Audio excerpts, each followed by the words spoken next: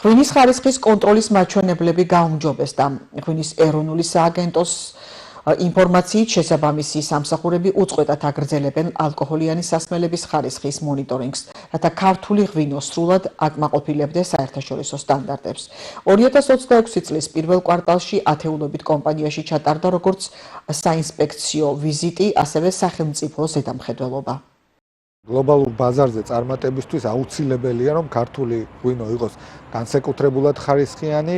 Ამ ხრივ ღვინის ეროვნულ სააგენტოს აქვს ერთ-ერთი მთავარი ფუნქცია, ეს არის წარმოებული პროდუქციის შესაბამისობის კონტროლი.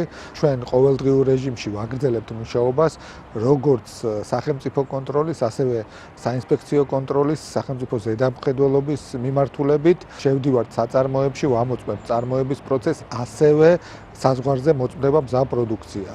მინდა აღვნიშნო, რომ შარშანდელთან შედარებით ნაკლებად ვლინდება შეუსაბამობები ამ აღნიშნულ წარმოებულ პროდუქციაში, რაც რა თქმა უნდა დადებითი ტენდენციაა. ვფიქრობ, რომ ჩვენ წარმოებლებს გათვითცნობიერებული აქვთ ის პასუხისმგებლობა, რაც საჭიროა ქართული ღვინის წარმატებისთვის გლობალურ ბაზარზე, თუმცა აქვე მინდა აღვნიშნო, რომ კვლავ გამორწევად რჩება შესაბამისობა ხარისხი ადგილობრივ ბაზარზე.